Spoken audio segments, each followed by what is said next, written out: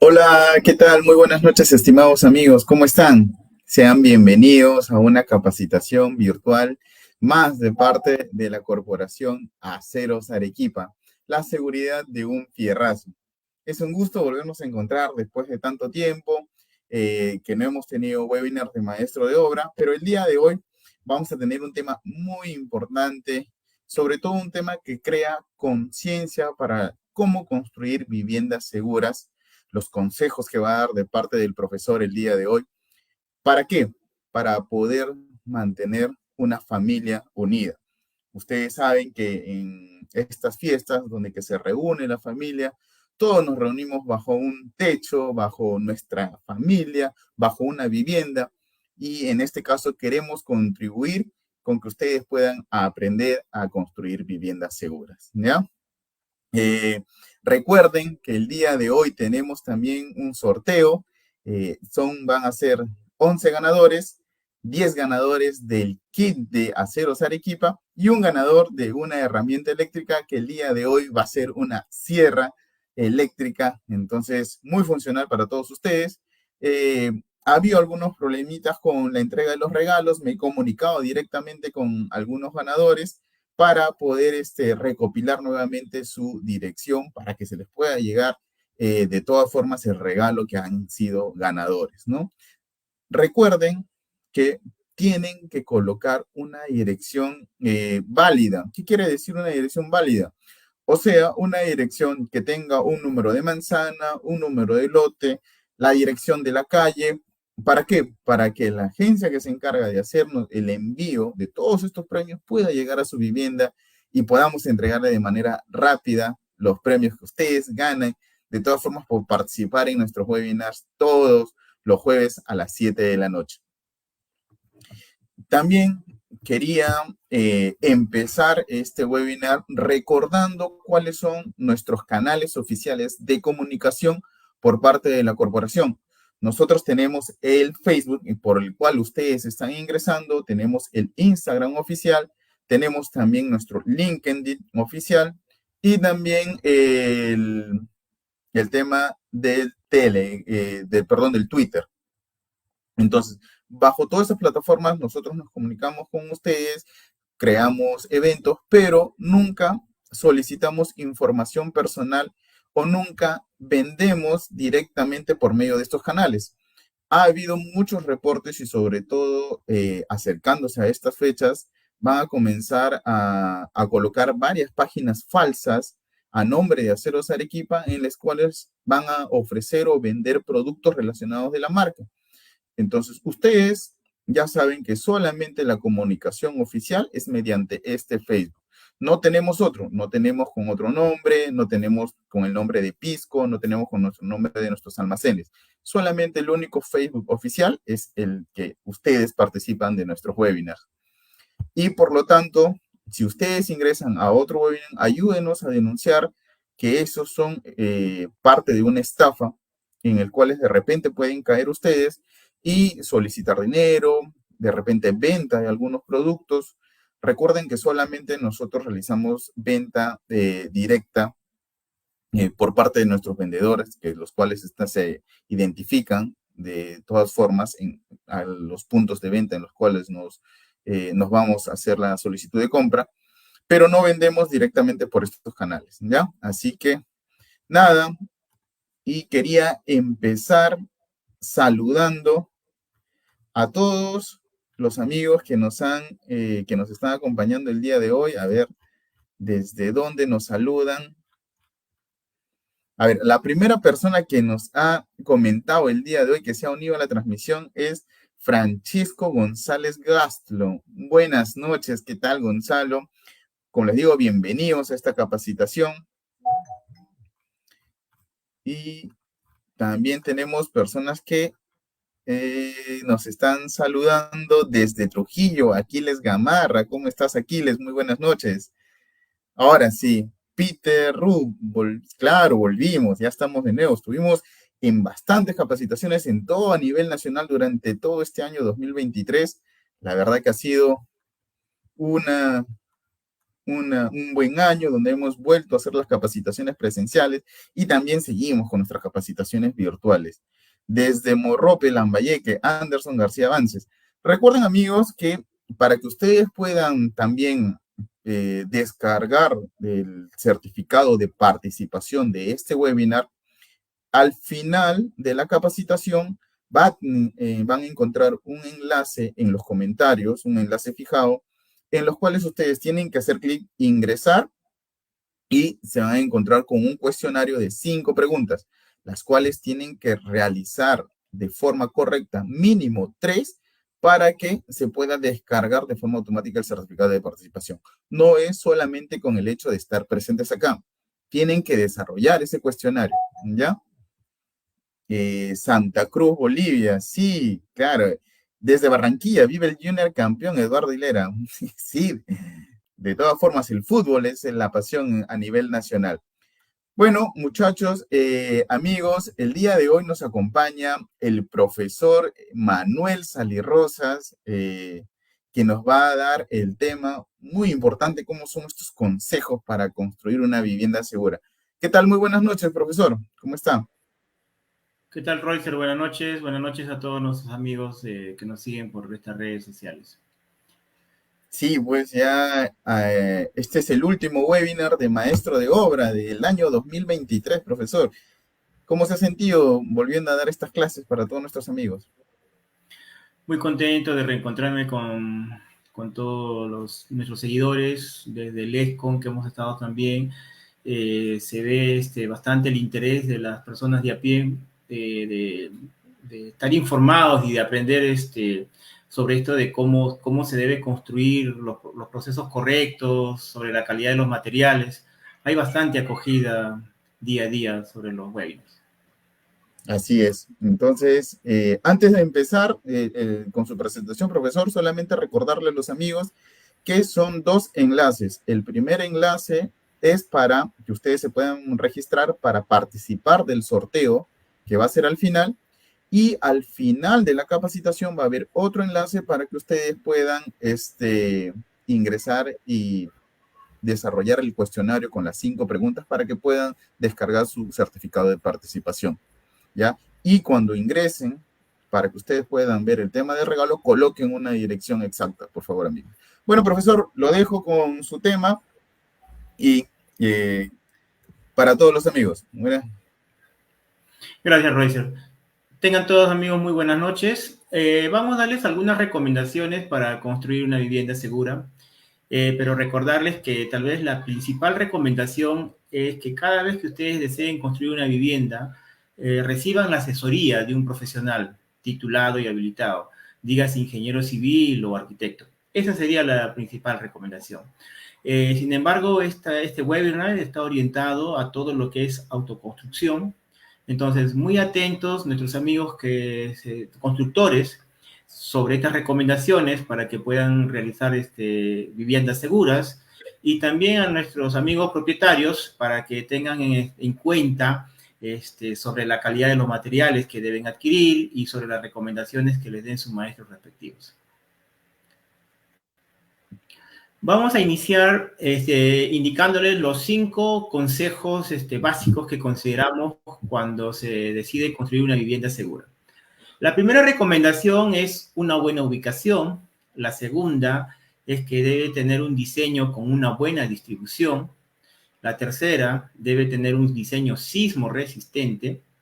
La cuarta, cuando se quiere edificar una vivienda, se debe contar con buenos materiales y mano de obra calificada. Y el quinto consejo es que toda vivienda debe tener adecuadas instalaciones eléctricas y sanitarias. Nuestra primera recomendación menciona sobre una buena ubicación. Cuando se desee edificar una vivienda, ¿es cierto? Y este es en el ámbito nacional, el terreno que vayamos a comprar, que vayamos a adquirir para edificar esta vivienda, no debe estar ubicada, por ejemplo, en zonas de huaico, como se ve acá en la imagen, ya que en estas quebradas, normalmente, por donde se desplazan los huaicos, van a ocasionar daños a las viviendas, como se ha visto constantemente cada vez que inician las épocas de lluvia. Tampoco se debe edificar, por ejemplo, en zonas de derrumbes. Tampoco se debe edificar en zonas donde han sido rellenadas con material de desmonte o relleno sanitario. También tener mucho cuidado de edificar en zonas donde normalmente se inundan debido a las crecidas de río. Recordemos que nuestro país forma parte del cinturón de fuego del Pacífico. Por tanto, estamos expuestos a terremotos y sismos. En esta imagen ustedes pueden ver dos mapas. Un mapa de zonificación sísmica, el del lado izquierdo, que menciona la norma 030 del Reglamento Nacional de Edificaciones, y al lado derecho vemos el mapa de microzonificación sísmica. ¿Qué significan estos dos mapas? Como mencioné al principio, si ustedes al momento de construir una vivienda cuentan con asesoría técnica, obviamente los profesionales conocen la existencia de este material y lo que implica cada una de ellas. Sin embargo, muchas veces en la autoconstrucción se desconoce de esta información y lo que implica, como lo menciono. Por ejemplo, en el mapa de zonificación sísmica, el del lado izquierdo, vemos ahí que nuestro país cuenta con 4 zonas sísmicas. Y la franja de color rojo, que es la zona costera, es la zona sísmica 4. Es la zona donde existe alta amplificación sísmica. Es decir, acá es constantemente lo que nosotros estamos expuestos al tema de los sismos. Ahora, ¿qué significa eso? No porque esté de este color rojo, porque ya ha pasado en algunos eventos, significa, tratamos de decir de que aquí no se deba construir. No se trata de eso, sino que según la zona donde se resida o donde se quiera edificar, al tener una amplificación sísmica alta, lo que se debe tener en consideración son ciertos criterios técnicos al momento de edificar. Es decir, el tipo de cimentación, el tipo de materiales, la profundidad de la cimentación, etcétera, etcétera.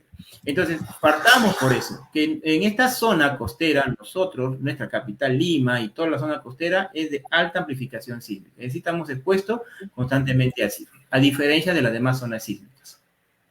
Ahora, cuando mencionamos el mapa de microzonificación sísmica, tengo problemas con esto de la lupa, me hubiera gustado que lo vean.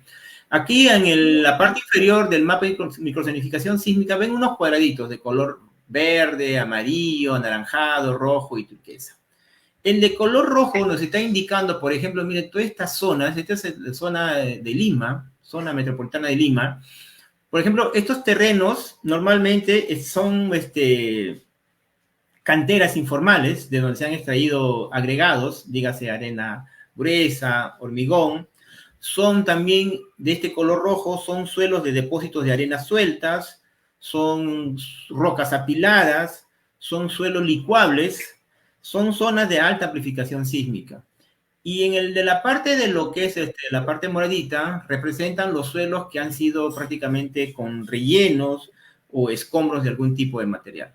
Entonces, ¿qué me indican estos dos planos? Sobre todo el de microsignificación sísmica. Según el distrito en el cual yo esté residiendo o en el cual he decidido adquirir un terreno, yo conociendo este detalle, esta situación geológica de la zona, yo ya más o menos tengo idea de cómo debe ser la cimentación. Como les menciono, un profesional, ingeniero civil, arquitecto, un técnico en edificaciones, obviamente ya se hace la idea de cómo sería la cimentación, partiendo por el tipo de suelo, ¿no es cierto? Pero muchas veces en la autoconstrucción no se entiende eso. Todos tienen la idea de que la cimentación debe ser 1 metro de profundidad. No entienden la diferencia muchas veces que el suelo, si un tipo de suelo es arenoso, arcilloso, gravoso, limoso, etc. Simplemente entienden que la cimentación debe ser 1 metro y a partir de ahí edifican. Y luego vienen las consecuencias de justamente desconocer estos criterios técnicos. Por ejemplo, ¿se acuerdan de esta imagen, de la de color lila? Normalmente, cuando ustedes revisen ese mapa, hoy en día ya creo que en todos los hogares existe un smartphone. Ya no es algo, digamos, novedoso, raro. Aprovechemos un poco los megas que disponemos, busquemos este mapita, veamos en qué distrito estamos residiendo, y se van a dar con la ingrata sorpresa muchas veces que sin saber, desconociendo del tema, están bajo un suelo que básicamente ha sido rellenado. Hay muchos distritos que anteriormente han sido canteras, Entonces luego lo cambiaron de uso, lo hicieron su habilitación y lo que resultaron era nivelarlos con relleno sanitario, con desmonte y aquí ven ustedes las consecuencias. Entonces, ¿qué pasa cuando se comienza a edificar en este tipo de suelos? Vamos a verlo posteriormente, ¿ya? Otro también, ¿se acuerdan de la imagen de color rojito? Era que hablaba de rocas apilables. También mucho en la autoconstrucción se tiene la idea equivocada de que si yo tengo un terreno como el que veo acá, donde existe roca, piedra, es un buen suelo. Es falso. Si ustedes ven, ¿por qué se llaman rocas apiladas? Porque ustedes ven acá, por ejemplo, que las rocas están superpuestas, como que las han apilado una sobre otra. Este tipo de terreno, este tipo de zona frente a un sismo de magnitud 7 a más, obviamente va a ser, digamos, va a traer graves consecuencias, va a generar muchos daños a la edificación y a los habitantes. Lo que sucede es que nosotros todavía somos muy tercos de entender algunas recomendaciones, algunos consejos, porque nuestra ciudad, nuestra capital, no ha sido epicentro de ningún sismo hasta ahora, de gran magnitud. Normalmente han sido pues en otros departamentos, en otras zonas, pero Lima como epicentro no lo ha sido, por eso es que somos reacios a entender muchas veces esas recomendaciones. Entonces, si ven roca, piensan que ya es un buen suelo, es una buena zona para construir. ¿Se acuerdan que también mencionábamos que había depósitos de arena? Este mismo suelo, de ser roca pilada, en la imagen, en la parte derecha, se ve lo que es la zona de lo que es la arena, las arenas sueltas. Entonces, ¿en qué error incurren acá? Y ahí sería uno de los primeros consejos. Que cuando estén en este tipo de suelos, en este tipo de terrenos, y ustedes comiencen a excavar y encuentren dentro de esa excavación, por ejemplo, un pedazo de roca que a simple vista parece grande y que les inspira una falsa seguridad, tengan cuidado de no dejarla ahí y sobre ella colocar la armadura de su columna y comenzar a cimentar. Porque esa roca que esté ahí, esa piedra, así tenga el tamaño que ustedes ven en la imagen, frente a un sismo no es nada, la roca, por muy grande que sea, así tenga 2 metros por 2 metros, no es nada para un sismo. Entonces, al producirse el sismo, esa roca se va a comenzar a desplazar, se va a comenzar a mover, por tanto también a esa estructura. Esa es la razón por la cual muchas veces se generan fisuras, rajaduras entre la ubicación de la armadura o de la columna con la pared, justamente por haber sido ubicadas las armaduras sobre rocas sueltas. Rocas sedimentarias, acá es lo que le decían, vean en la imagen derecha, es lo que decían, es el mismo tipo de suelo, miren, hay una roca ahí, ven la lampa, por ejemplo, y han encontrado piedra, y muchas veces, porque estas son fotos de algunas supervisiones que se han realizado, ya como es dificultoso, tedioso y costoso tratar de romper la piedra y excavar y lograr una profundidad adecuada, es decir, lograr un suelo firme, tienen la idea equivocada, si hay esta piedra y de este tamaño, entonces ya es seguro. No es arena, no es limo, no es arcilla, es roca. Por tanto, mi edificación va a estar segura. Y es falso. Estas son rocas apiladas, son piedras apiladas que frente a un sismo simplemente se van a desplazar y van a dañar la estructura de una vivienda. Y en la imagen, en la parte de derecha, ustedes ven ahí una excavación, miren, es arena suelta, ¿no? Por eso que estas son zonas de cantera. Cuando no se tiene en consideración la buena ubicación para edificar una vivienda, las consecuencias son las que se ven en las imágenes de ahí, ¿no? Las fisuras, rajaduras, producto de los asentamientos de los suelos. Sobre todo, estas viviendas han sufrido estos daños debido a que se han edificado en zonas, por ejemplo, arenosas, en zonas arcillosas o en zonas de relleno. Obviamente cada falla va a tener su propia característica, su propia consecuencia, pero estos son los riesgos a los que ustedes se van a exponer cada vez que edifiquen en una zona no adecuada para construir. Entonces, amigos, ¿por qué es importante una buena ubicación para construir una vivienda? Básicamente es para salvaguardar la seguridad de las familias. Entonces, para eso, el terreno debe ser seguro y apto con una zonificación residencial.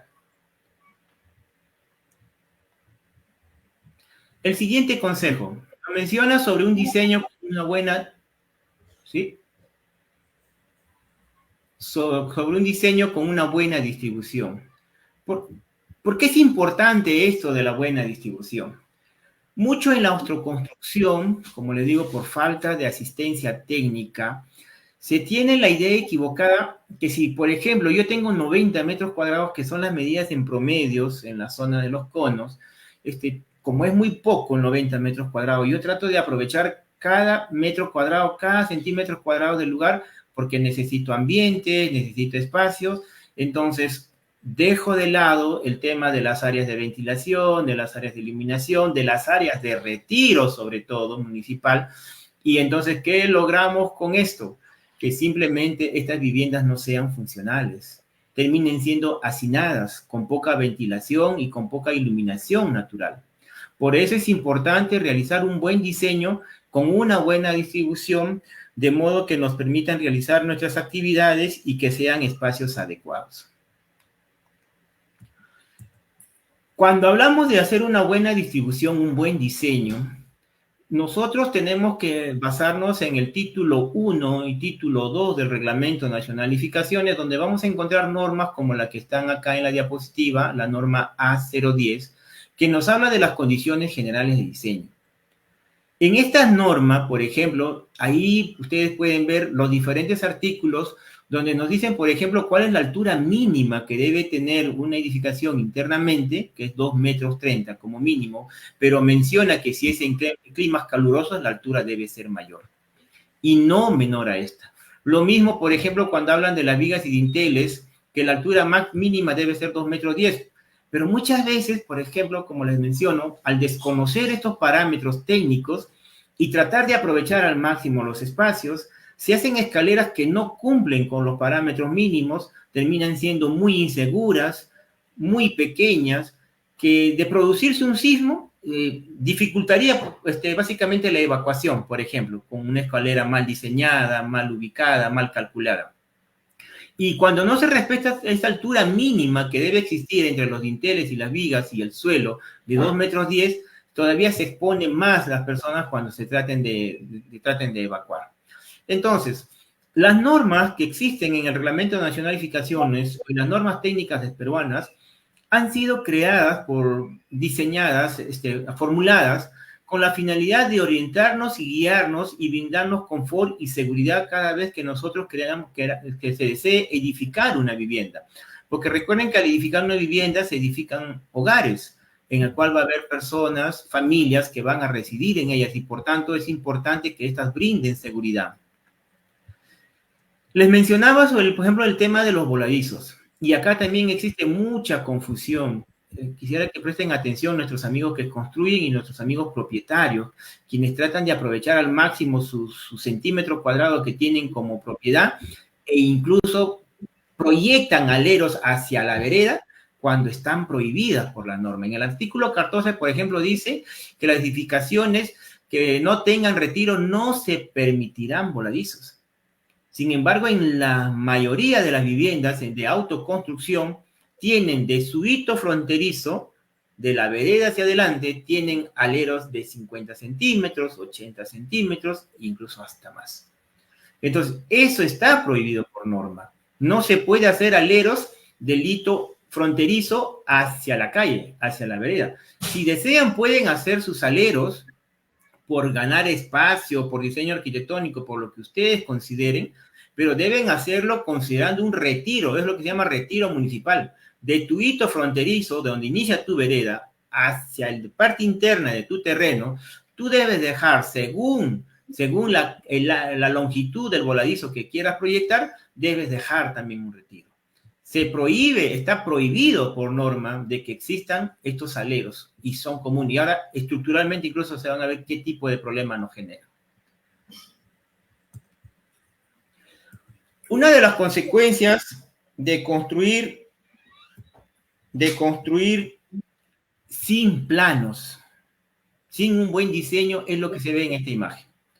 Posteriormente, cuando ya la familia creció, cuando mejoramos nuestra situación económica familiar, etcétera, etcétera, nos dimos cuenta que la forma como construimos no se adecua ahora a nuestras necesidades. Lo que al principio se proyectó una vivienda unifamiliar básica, termina convirtiéndose en vivienda multifamiliar. Entonces, ¿qué es lo que sucede? Comienzan a proyectarse muros, como los que ven en la imagen, en ambos lados, izquierda y derecha, pero todas de albañilería simple. Hasta ahora, miren, a pesar de todos los esfuerzos que se realizan por concientizar tanto a los constructores como a los propietarios de que la albañilería simple es peligrosa.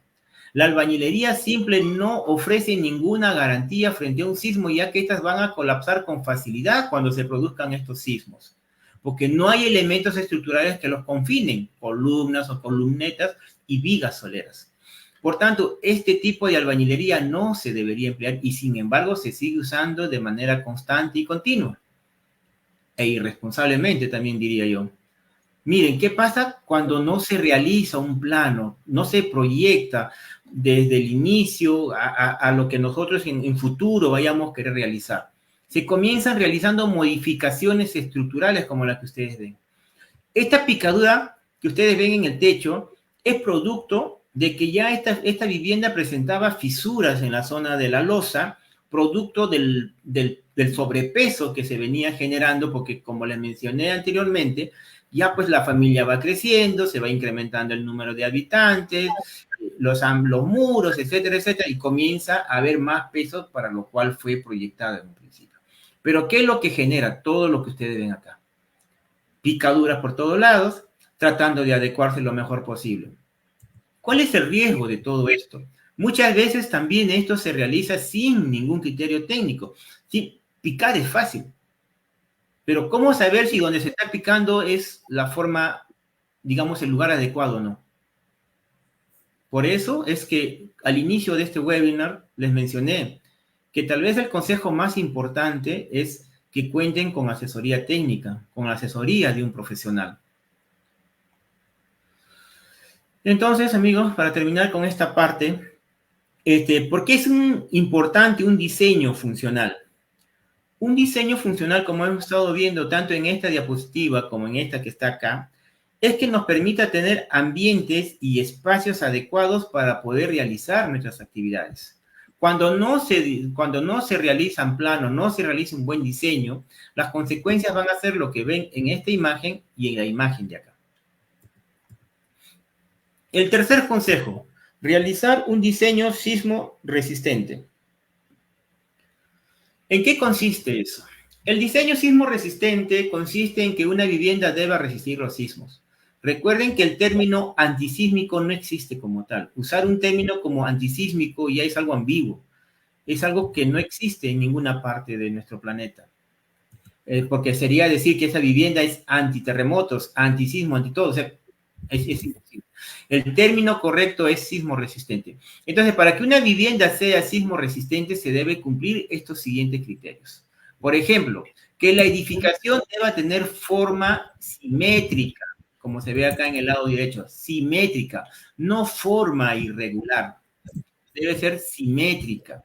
También se debe tener que sea de forma adecuada, no de inadecuada, como la que se ve en el otro extremo. También se tiene que considerar esto de aquí, que, por ejemplo, el largo de toda la edificación, de toda la construcción, debe ser como máximo 3 veces el ancho. 3 veces el ancho. Entonces, lo que sería correcto es lo que se ve acá, que las dimensiones sean proporcionales. Y por último, dice que los vanos de las ventanas y puertas deban ser bien ubicadas y no como al otro extremo que están ¿cómo se llama? Mal ubicadas, generando esto que las viviendas, las fachadas se conviertan vulnerables frente a los sismos. Ya.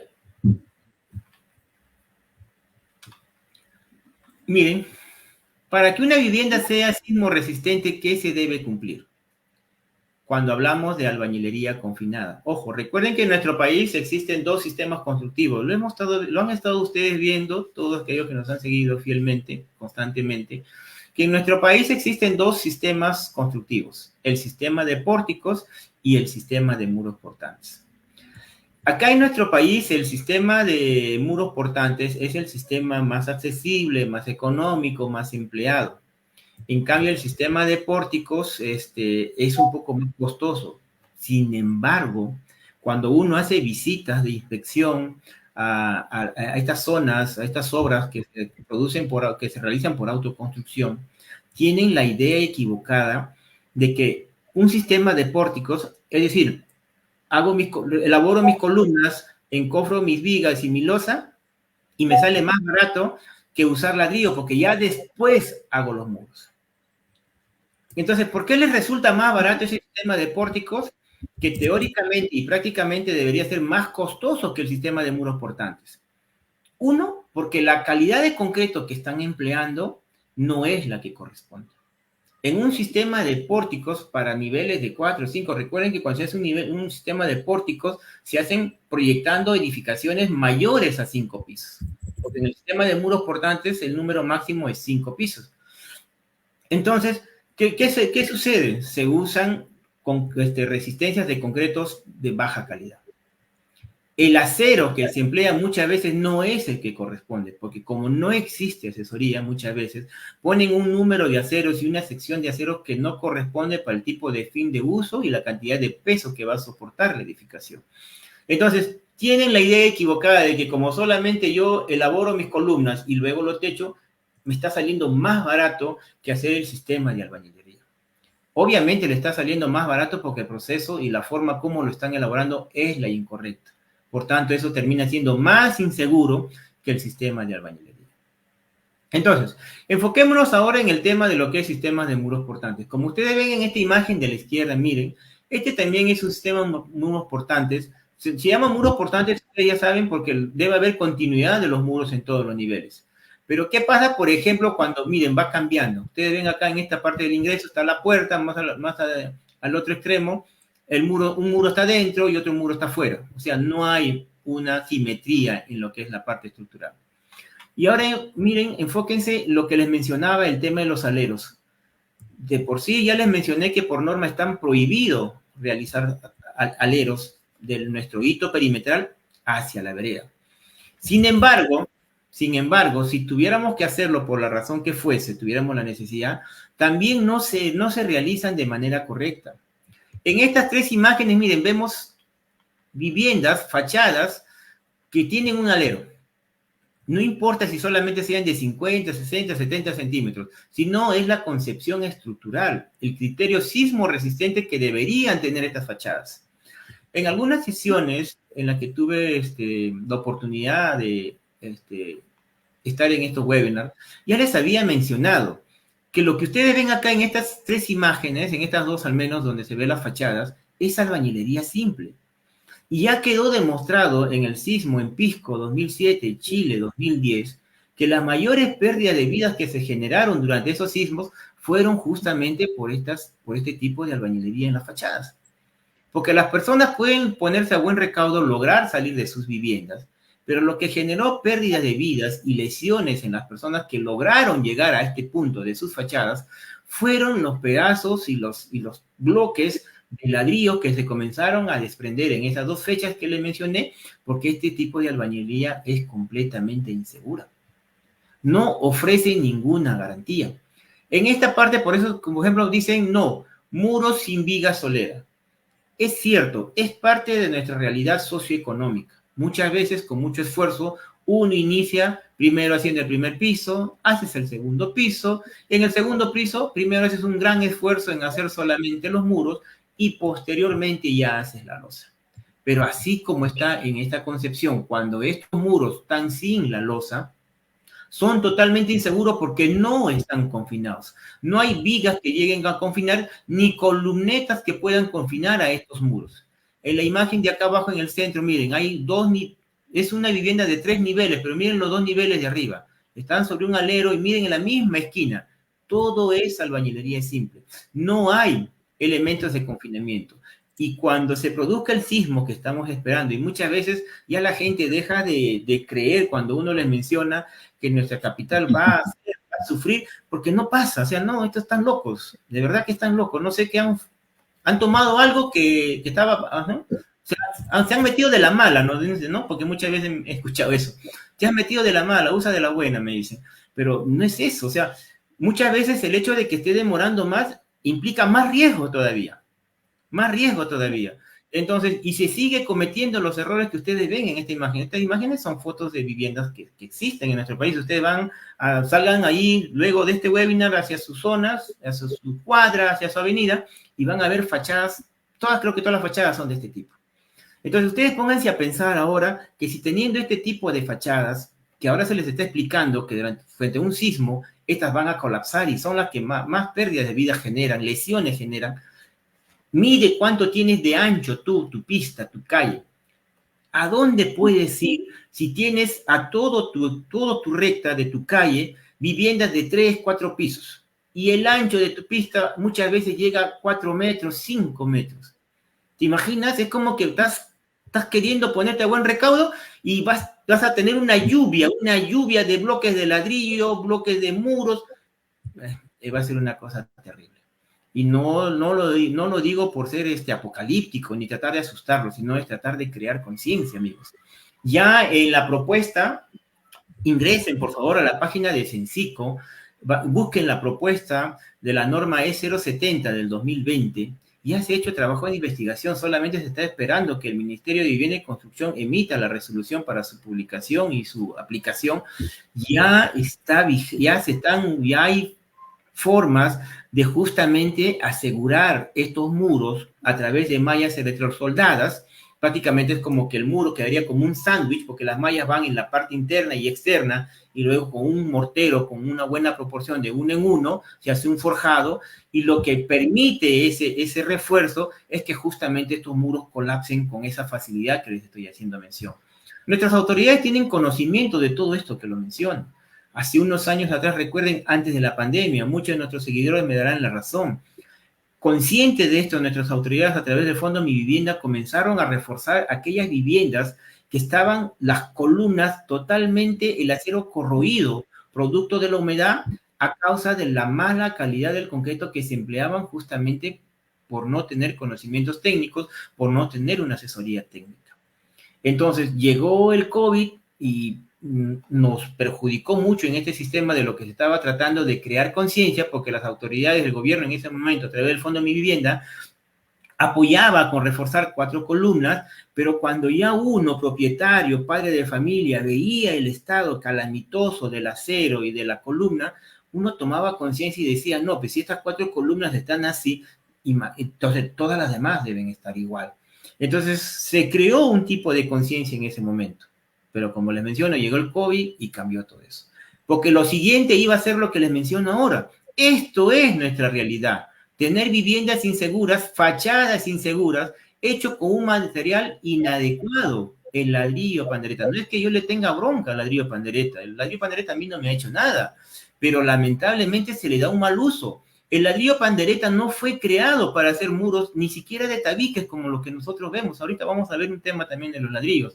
No fue creado para eso, amigos. El ladrillo tiene otro uso, sino que se ha hecho ya parte de nuestra cultura usar el pandereta, que porque es más ligero en peso y por tanto mi vivienda no se arriesga frente a un sismo. O sea, estoy reduciendo peso. Y el otro factor, que es el que básicamente determina todo, porque es más barato. Amigos, recuerden esa frase, lo barato sale caro.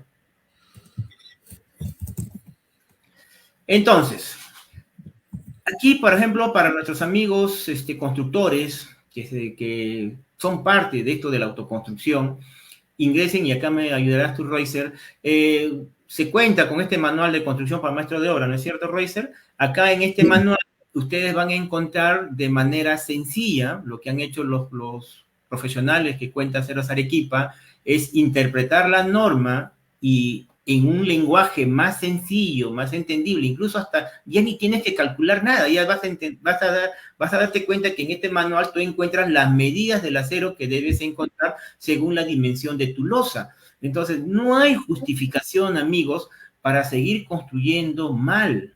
No hay justificación para que se sigan incrementando las estadísticas de viviendas inseguras en nuestro país. Hay material, y aquí Roycer nos puede apoyar cómo ellos pueden ubicar este manual del constructor para maestros de obras. Sí, claro. Este manual se encuentra en la página web de Aceros Arequipa.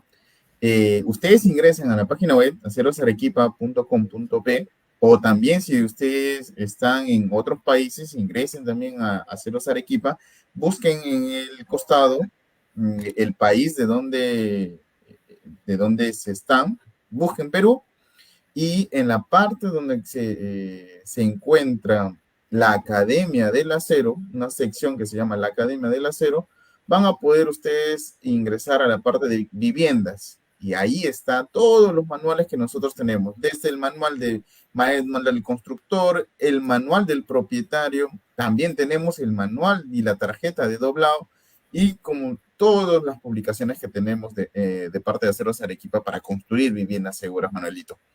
Gracias, Royce. Entonces, amigos, aquí en este manual que les menciona Royce, por favor, revísenla. Ustedes van a entender también lo siguiente. Ven el título de esta diapositiva que dice densidad de muros. ¿A qué se refiere? Muchas veces cuando nosotros iniciamos una vivienda con el sueño de la casa propia, ¿no es cierto? Siempre pensamos tener ambientes que una sala comedor amplia o a veces integrada a la cocina, pero no entendemos esto de qué significa densidad de muros. Cuando se produzca el sismo, como ven en la imagen de la izquierda, el sismo está mide por un sentido y por el otro sentido. Entonces, cuando no se tiene el número de muros respectivos, tanto en el sentido X como en el sentido Y, estas viviendas van a colapsar. Entonces, aquí en estos manuales ustedes van a encontrar, como ya les mencionó Roycer también, información en un lenguaje muy sencillo. No hay nada de técnico. Ya los profesionales de Aceros Arequipa lo que han hecho es interpretarlo para ustedes e incluso hacerles algunos cálculos para que ustedes lo realicen de manera sencilla. Entonces, amigos, terminando con esto el número 3, para que una vivienda soporte los movimientos sísmicos y otorgue seguridad a las familias y a las estructuras, estas deben ser, recuerden esto que está acá, deben ser simétricas de forma adecuada, deben tener dimensiones bien proporcionadas y los vanos de las puertas y ventanas deben ser bien ubicadas. ¿Ok? Como cuarto consejo tenemos buenos materiales.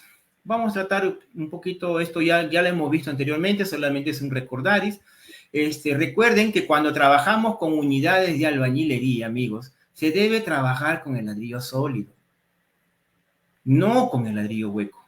Yo también tengo alumnos en las que muchas veces me dicen, Manuel, profesor, pero yo reviso la norma, la E070, y yo no encuentro en ningún artículo que me diga usa el ladrillo sólido y no use el ladrillo hueco. ¿En dónde está? Y sí está acá en la tabla. Esta tabla está dentro de la norma E070. Y si ustedes la ven, miren, existe el sólido artesanal y el sólido industrial. Y acá dice zonas sísmicas, 1, 2, 3 y 4. Entonces, el sólido industrial, que es el que se recomienda usar, se usa en todas las zonas sísmicas. El que dice acá que ustedes ven este ladrillo que lleva el título de hueco, que es el que ustedes van a cualquier centro de ferretero, en fin, ustedes el que más encuentran es este de acá, el ladrillo hueco. ¿Y qué dice, por ejemplo, del ladrillo tipo hueco? Que, por ejemplo, en zona sísmica 1 sí se debe emplear. En cambio, en la zona sísmica 2, 3 y 4, no y no. ¿Por qué? Porque es insegura. Entonces, la zona sísmica 1, ¿cuál viene a ser? Si recuerdan el mapa que les mostré hace un momento, la zona sísmica 1 es la zona de Loreto, de Iquitos, zona de la selva. Y sin embargo, acá es lo que más... Exacto. Entonces, no es la que se debe emplear. Acá vamos a ver la siguiente imagen. Por ejemplo, cómo determinar, con esto, tomen ahí, graben en su retina, esta es una forma bien práctica, bien sencilla, de cómo se determina si un ladrillo es sólido o hueco. Obviamente esto, ¿cómo se llama? Lo ven los ingenieros arquitectos, para ella es un papayita, como decimos en el ardid criollo, ¿no? Pero les comparto acá un secreto a nuestros amigos constructores, para que no estén preocupándose de hacer mucho cálculo ni mucho número. Cuando estos alvéolos, estos huecos de los ladrillos, tengan un diámetro mayor, como dice acá abajo, mayor a 2.4, 2.5 centímetros de diámetro, ese ladrillo ya se considera hueco. ¿Qué trato de decir? Enfóquese en esta imagen, hueco y sólido.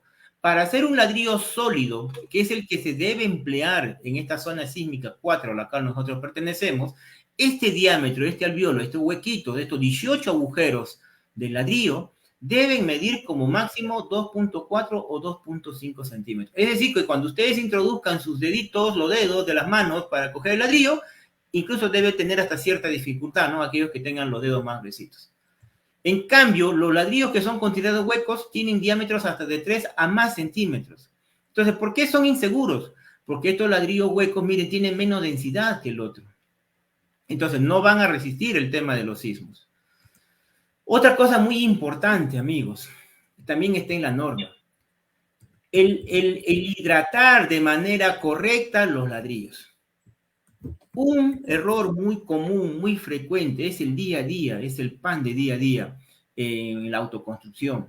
Reciben los ladrillos, va el ayudante, lo carga en el buggy o la carretilla y lo lleva a la zona de trabajo.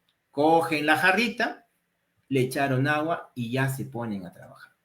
Sin embargo, la norma, la E070, nos dice que esta ruma de ladrillos que hemos recibido se debe hidratar, mojar de 10 a 15 horas antes de su uso por media hora. ¿Por qué? Recuerden que estos materiales se han construido con arcilla, son arcilla cocida, están totalmente sedientas después que han salido del horno. Hagan la prueba en sus casas, amigos, cojan un par de ladrillos que por ahí les debe haber quedado de su construcción, 1 o 2 ladrillos, y métanlo dentro de un balde de esos grandes de 20 litros, sumerjan el ladrillo, y ustedes van a ver que pasan los minutos y se va formando como efervescencias, como burbujitas, que es indicativo de que el ladrillo está absorbiendo el agua. Por eso es que la norma nos dice que por media hora se deben mojar estos ladrillos, por media hora, ojo, así como está en la imagen, el amiguito que está acá con su manguera mojando el ladrillo por media hora, pero 10 a 15 horas antes de ser empleada. Entonces, ese ladrillo va a estar en condiciones óptimas para ser empleado durante el asentado. Porque, ¿cuál es el problema de usarla como tradicionalmente se usa? Que llegó el ladrillo, se distribuyó con una jarrita o un baldecito, le echamos agua, es que el ladrillo le va a quitar agua al mortero y por tanto va a haber una separación entre los muros. Y ese muro también termina siendo inseguro. Bien, amigos, entonces, recordemos que para que este ladrillo, cuando nos pregunten, por ejemplo, para que una vivienda sea segura, que tenga buenos materiales, los ladrillos, por ejemplo, deben ser igual o menor al 30% de vacío. ¿Okay? Ahora, también debemos tener cuidado con el control de calidad de los agregados. Solamente nos fijamos en que si nos venden el más barato o el que llegue más rápido, pero nunca se realiza control de los agregados. Si tiene impurezas, porcentaje de finos, si el tamaño es el adecuado, etcétera, etcétera. También muy poco se realiza el control del concreto. Muy poco se realiza el control del concreto. Esta información también ustedes la van a encontrar en las páginas que ya les mencionó Reuser. Por ejemplo, se tiene que hacer el ensayo de consistencia o el SLAM, contenido de aire, temperatura, elaborar probetas luego de cada elaboración de concreto para ver si se ha logrado la resistencia de diseño o no. Cuando no se realice un buen control del concreto, amigos, se logran las patologías que ustedes ven acá. Cangrejeras, fisuras por contracción plástica, exudación, juntas frías o fisuras por asentamiento plástico. Otro error muy frecuente, por ejemplo, es que no se vibran los elementos estructurales durante el vaciado. Muchas veces, a duras penas, se chusea o se le da unos cuantos golpes con un martillo o una comba. Pero si no se consolida de manera correcta, así ustedes hayan empleado la cantidad correcta de cemento en su preparado, no van a lograr una buena resistencia porque este concreto no ha sido consolidado de manera correcta. Otra recomendación es el tema del curado. Ya lo vimos también en anteriores sesiones.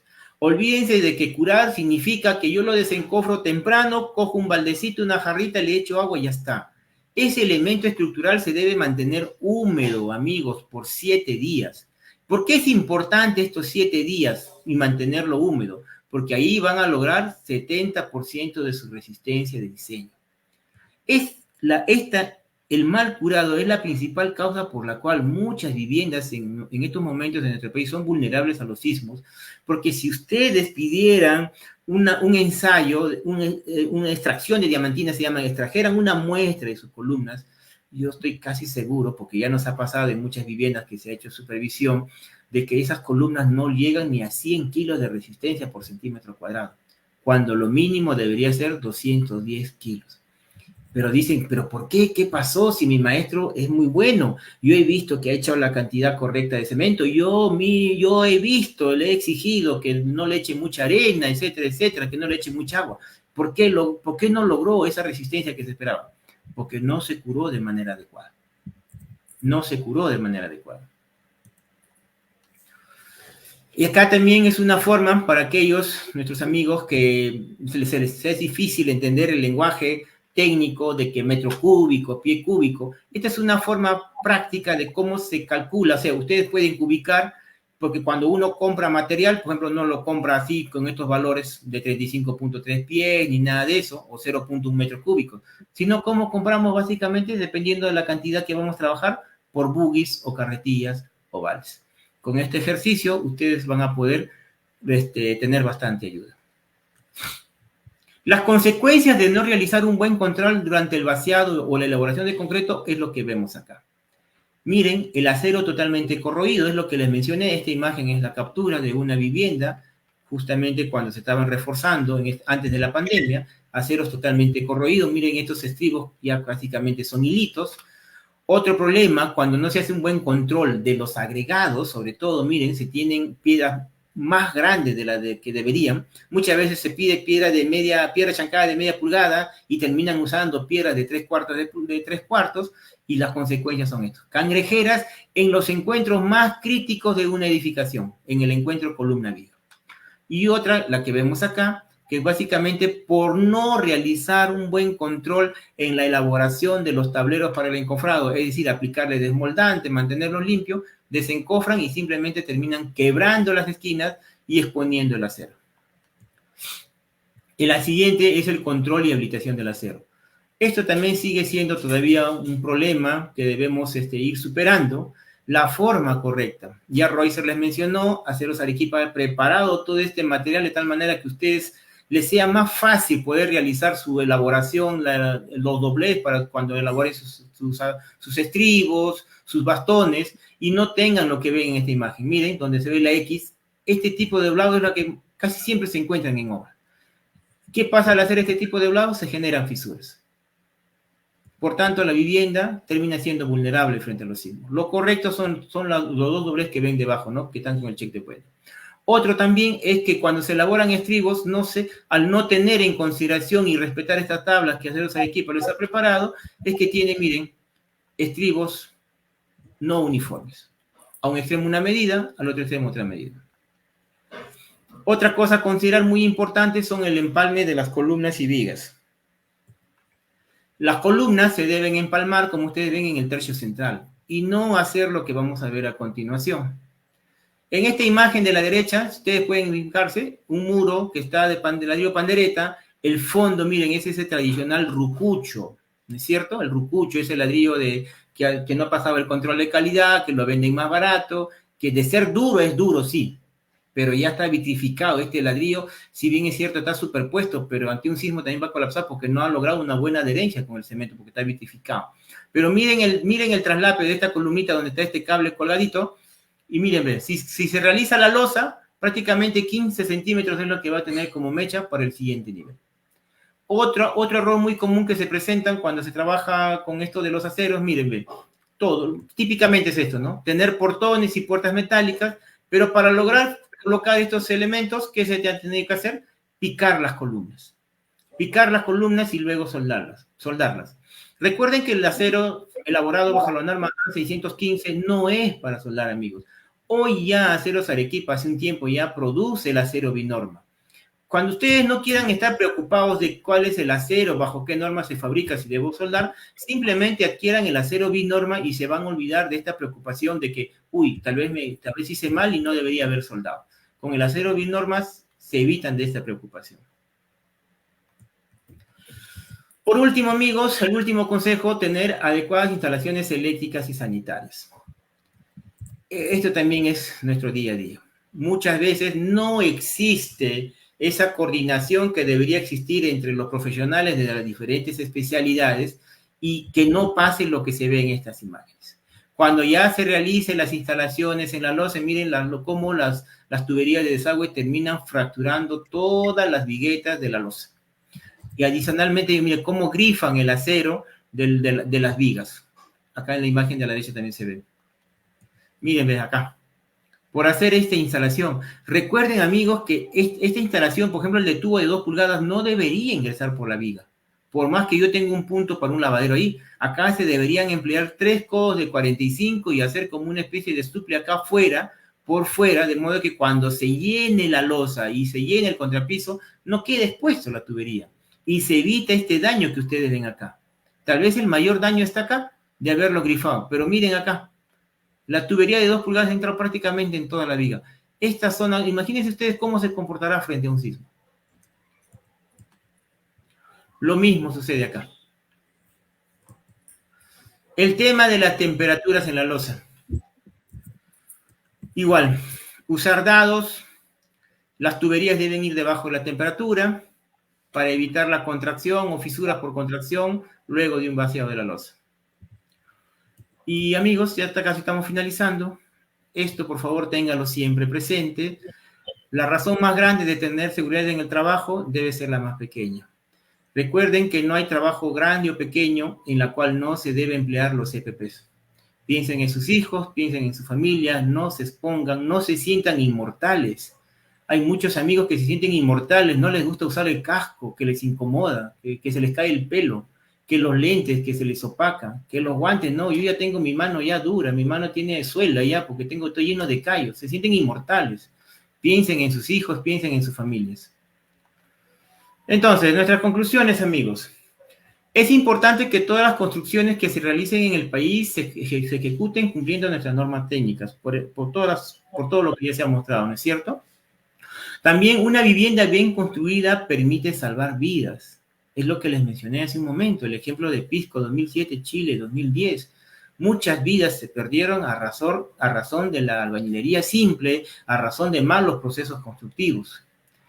Después, con mano de obra calificada se logra buenas prácticas constructivas y que permite lograr mejorar la construcción, por obvias razones, ¿no es cierto?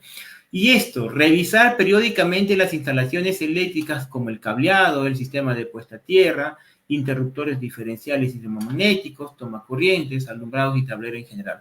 Recuerden, y muchas veces el tema de las instalaciones, tanto eléctricas y sanitarias, son las que menos importancia se le da durante la ejecución de una edificación porque no es estructural, se cree.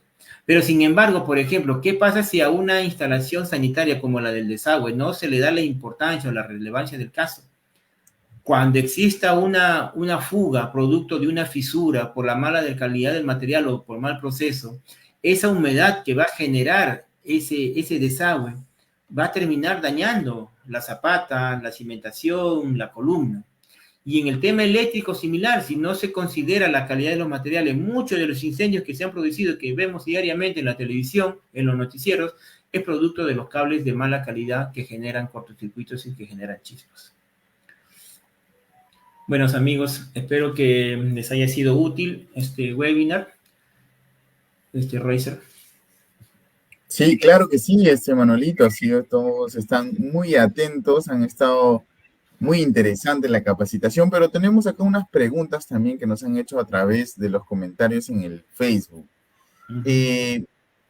La primera pregunta nos dice, está bien, nosotros no podemos construir, como ya hemos visto sobre rellenos sanitarios, tampoco ver el tema de las piedras apiladas o las rocas que se encuentran sedimentadas, pero ¿podemos construir en lugares donde que hay agua subterránea? ¿O qué podemos hacer cuando encontramos agua en nuestra cimentación? Claro, si me dices que agua subterránea, es quiere decir que la napa freática está casi superficial y para construir sobre ella, solución yo te aseguro que puedes tener, porque si quieres construir en una zona de relleno, una zona apilada, solución hay. Recuerden, amigos, que, por ejemplo, los incas, cuando construyeron Machu Picchu está construido entre 2 fallas geológicas muy importantes. Que si lo construyéramos ahorita nosotros, Machu Picchu, no duraría ni 20 ni 30 años, capaz. Porque no se construye no se considera mucho de lo que ellos sí consideraron. ¿No es cierto? ¿Por qué? Porque en esos años, recuerden que uno les tomó mucho tiempo y otro que la mano de obra obviamente no costaba como ahora y el material tampoco, la piedra no les costaba. Pero sin embargo, si tú quieres construir sobre un suelo que tiene agua subterránea, sobre una zona que es de relleno, sobre una zona con piedras apiladas, lo que vas a hacer es una inversión tal de que prácticamente sería como que de momento no lo vas a hacer. Porque tendrías, por ejemplo, en una zona de relleno, tendrías que excavar a tal profundidad, 10, 15, 20 metros hasta encontrar suelo firme, y eso significa hacer pilotes.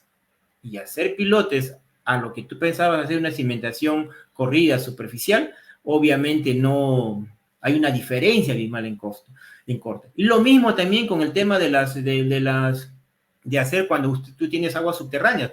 Porque si no se pudiera, sería una mentira decirte que no se pudiera, porque si no, imagínate cómo se hacen los puertos. En los puertos se hacen elementos de concreto armado, pero son concretos de muy buena calidad, es todo un proceso, pero el costo es tal que prácticamente no sería viable hacerlo. Entonces, por eso que estas recomendaciones, cuando se hablaba de escoger un buen lugar, un buen sitio, es eso, es una buena ubicación. O sea, tener la idea clara de que si yo tengo todos estos inconvenientes, entonces no me apuro todavía en construir hasta que yo logre una condición más óptima y que me permita justamente edificar una vivienda segura.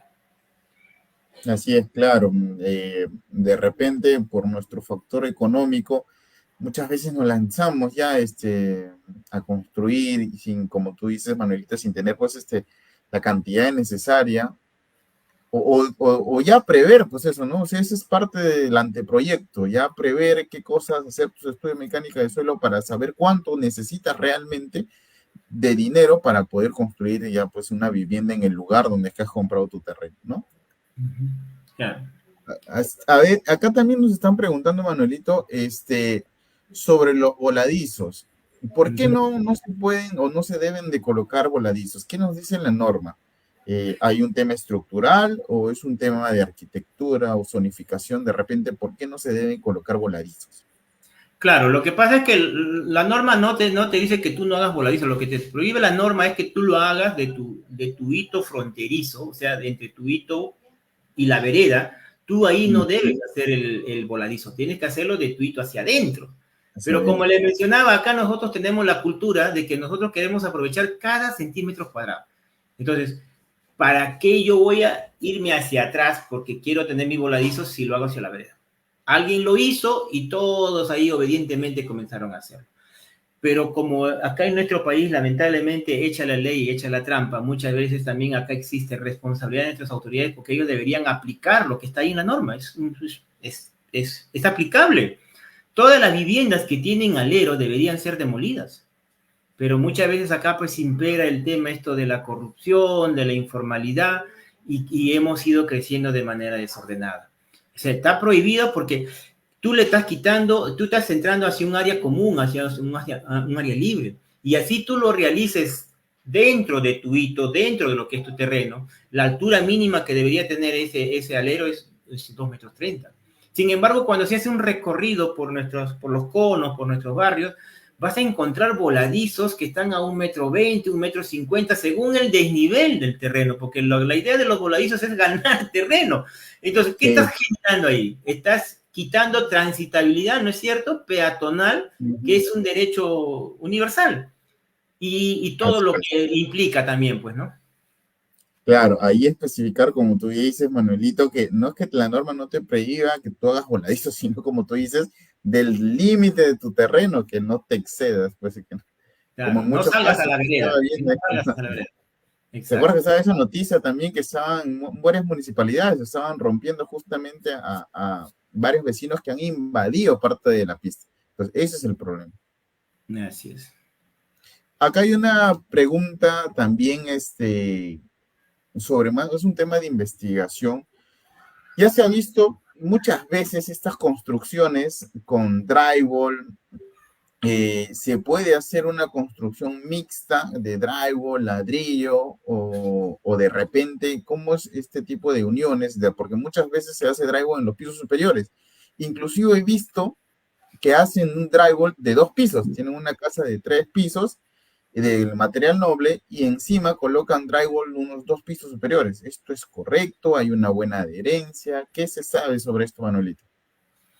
Mire, lo que tiene que quedar bien claro, Racer, amigos, es que acá en nuestro país los dos sistemas más comunes son el de pórtico y el sistema de muros portantes, como yo le mencioné. El usar el drywall ha sido un sistema alternativo para construir en seco, también con el tema esto de aligerar el peso, pero básicamente es en el sistema de pórticos. Es cierto, como tú mencionas, se pueden hacer edificaciones hasta de 2 niveles en drywall, obviamente teniendo las consideraciones estructurales del caso. No es como hacer un simple muro y ya. Ahí prácticamente se emplean planchas de más densidad, los perfiles también son mucho más gruesos. Entonces, el tema aquí es que cuando se utilice el drywall se le emplee con el criterio de tabique, de cortina. No se lo haga como una alternativa de que reemplace a un elemento de muro portante, no, jamás. Y además, como te menciono, si nuestro sistema constructivo es el de muro portante, que es el que todos casi siempre usan, sino que a veces se mezclan los dos sistemas y eso también es un error, en un sistema de muros portantes, por ejemplo, no se debería trabajar con drywall porque ya te estaría reduciendo ¿qué? El espacio mucho más. El drywall ha sido creado, así como otros sistemas en seco, de construcción en seco, para ser empleado en el sistema de pórticos, para ser usado como tabiquerías. Claro, las tabiquerías como las tabiquerías sirven para dividir ambientes, no sirven Nada de más. manera estructural, solamente para dividir ambientes. En ese es Dividir el caso. ambientes. Así es. Muy bien. Acá tenemos una pregunta también de los comentarios. Me ponen, ¿y ¿cuál es el proceso adecuado y material adecuado para hacer un buen curado de la salitre? Ese es también, a veces construimos con materiales como hemos visto, harinas que ya traen salitre, o de repente no hacemos un buen tratamiento al salitre en la parte de la cimentación y esto llega a los primeros pisos, ¿no? O sea, ¿hay algún proceso, Manuelito, o deberíamos tener consideraciones antes de poder empezar a construir? Claro. Es lo que les mencioné cuando se hablaba de la recomendación sobre la calidad de los materiales. Muchas veces acá no tenemos la cultura de, antes de emplear un agregado, realizarle los trabajos de control, hacer los ensayos respectivos para saber si su porcentaje de ion cloruro, sales y sulfatos, qué tan alto es, si es aceptable o no es aceptable. El término de salitre nosotros lo usamos porque vemos que en nuestras paredes se comienza a salir la pintura, el terrajeo se comienza a deteriorar, pero básicamente eso sucede cuando existe un porcentaje, o sea, hay humedad, cae agua, el material, la superficie lo absorbe y lo que hace es eso, activar esas sales, activar esos sulfatos. Entonces muchos buscan eso, o sea, la receta mágica o el material mágico que lo elimine y la verdad que no existe. Existen productos en el mercado, pero que solamente son como maquillaje. Lo ideal sería de que si ya tienes tu muro y este comenzó a salitrarse, elimines el tarrajeo,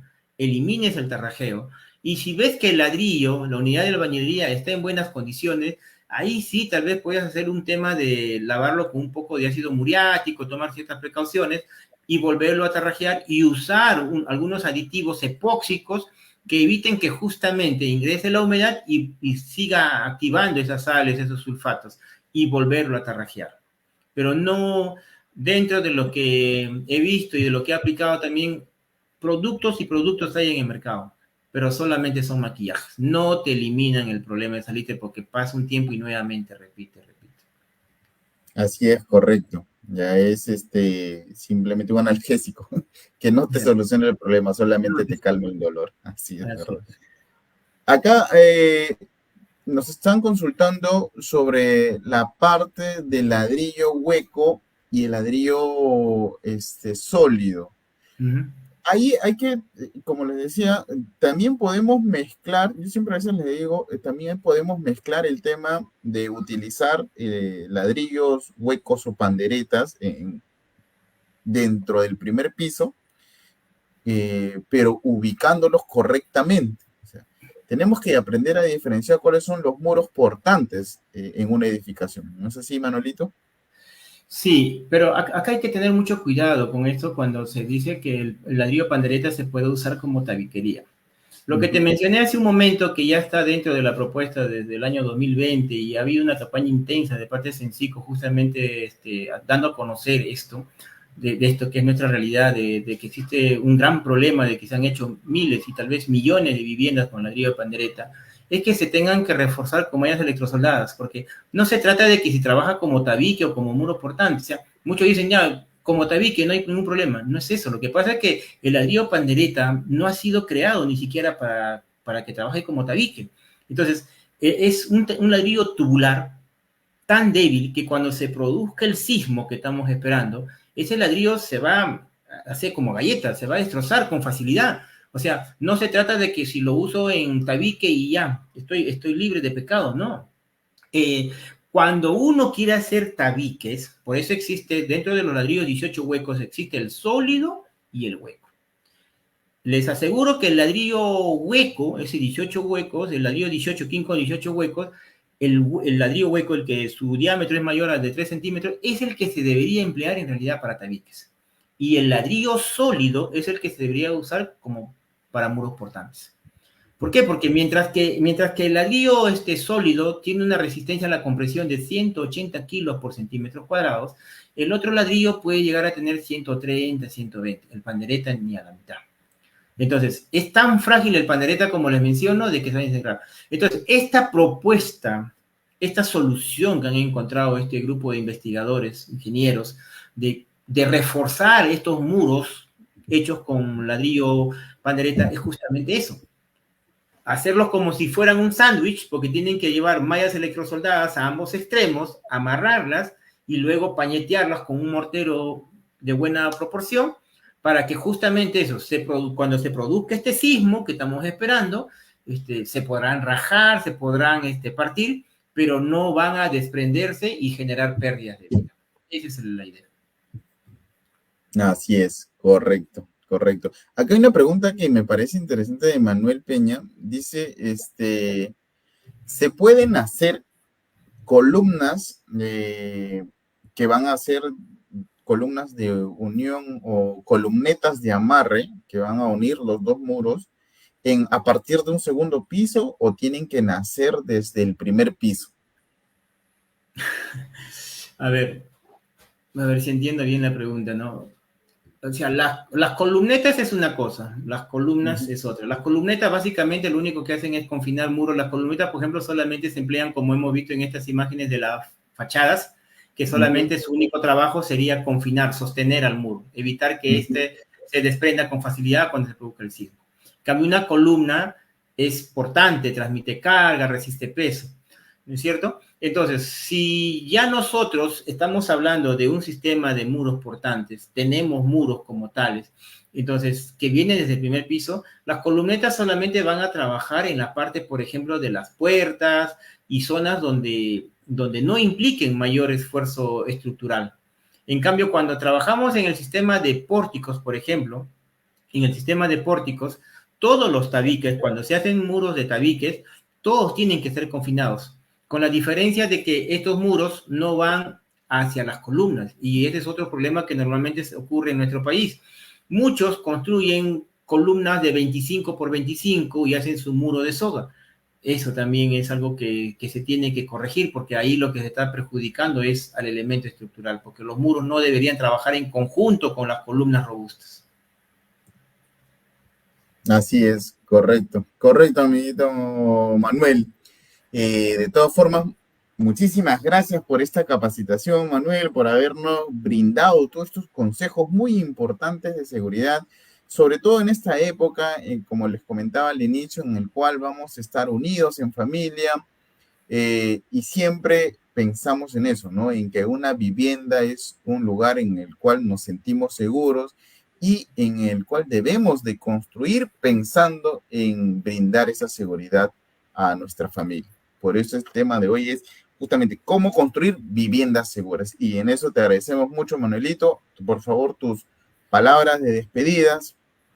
Gracias. Bueno, agradecerles a todos nuestros amigos y amigas que nos siguen. Tal vez mi consejo final sería de que para que nuestros amigos constructores no se vean obligados a hacer malas prácticas, porque muchas veces conocen del tema, conocen hacer un buen trabajo, pero el hecho de no realizar un buen muestrado y por tanto un buen presupuesto básicamente los condiciona a realizar malas prácticas constructivas. Entonces, amigos constructores, recomiendo de que elaboren buenos presupuestos, elaboren buenos metrados para que ustedes puedan realizar buenas construcciones. Recuerden que ustedes van a forjar viviendas donde se van a forjar hogares y que estas viviendas sean seguras. Que tengan una feliz Navidad y un próspero 2024. Muchísimas gracias, Manuel. Igual, felicitarte también por las fiestas, que tengas unas felices fiestas y esperamos contar contigo para el próximo año, seguir con estas capacitaciones también, brindando a todos nuestros amigos maestros de obra, a todas las personas que se unan a este webinar. Encantado de seguir con ustedes. Muy bien, ahora sí, amigos, ustedes se han podido inscribir para que puedan participar también del sorteo el día de hoy. Recuerden que estamos regalando 10 kits de aceros Arequipa y una herramienta eléctrica que viene a ser una sierra, que es de unas 7 pulgadas, que utilizáramos para todo lo que es el tema de encofrado, de repente, para cortar madera. Entonces, va a ser una herramienta que van a utilizar ustedes mucho. A los ganadores de los webinars anteriores, a los 3 webinars anteriores, también en esta semana ya estamos preparando el envío para todos ustedes, para que puedan tener, antes de cerrar este año, todos estén con los regalos de que participan en los webinars de Aceros Arequipa. Entonces, recuerden que ya está colgado acá en la pantalla, yo tengo, que ya se encuentra el nuevo enlace para que ustedes puedan descargar su certificado de participación del webinar de hoy. Recuerden, ingresan, realizan el test, que son 5 preguntas, tienen que responder de forma asertiva, mínimo 3, y con eso se van a hacer acreedores de su certificado de participación. ¿Ya? Muy buena capacitación. Recuerden, de todas formas, ya les indiqué, coloquen muy bien su dirección, pero si no, yo me voy a estar comunicando personalmente con ustedes para ver que les haga llegar su regalo en estos días. No se preocupen, amigos. Entonces, vamos con el sorteo. ¿Quiénes son las personas que han participado el día de hoy? Por favor, vamos a ver.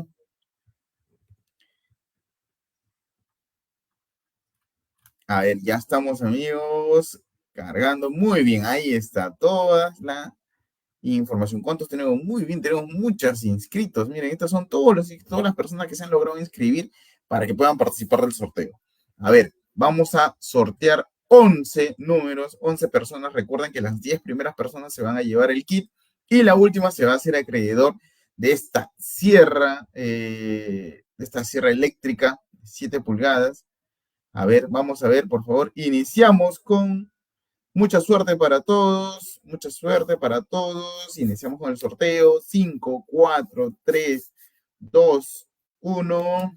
Mi panetón, dice. Michelle George Sencho Riveros, Ronald Martín Crevalula Chira, William Aropasa Rivera, Fernando Edwin Aquije, Sósimo Manayay Martínez, que más sigue, Eduardo Zona Valdivia, Junior Lainez Aguinaga, Elmer Conza Quintasi, Marlon Javier Salyuca Rodríguez y Heli Aram Vera Ramírez. Felicitaciones a todos ustedes, amigos. Han sido acreedores de nuestro kit kit de Aceros Arequipa, que consta de un casco, un lentes, un guantes y un polo de Aceros Arequipa para que ustedes puedan cerrar todos sus proyectos. Y el ganador, el más suertudo de la noche, el día de hoy, que se va a llevar su herramienta eléctrica, es el señor Vladimir Chuchón García. Muy buenas, muy felicitaciones, Vladimir. Para ti, que te has ganado una herramienta eléctrica. Lucero dice, puro hombre, sí, pues se han podido inscribir muy bien. ¿Qué más nos dicen así? Carlos Díaz, no conocí esta empresa, pero es muy buena, excelente capacitación. Muy risas. Nada, Carlos, gracias a ti por seguirnos. Síguenos siempre. Nosotros tenemos capacitaciones constantes. Recuerden que tenemos una última capacitación de este año 2023. Este viernes 22 es un tema de ingeniería, así que muy interesante también.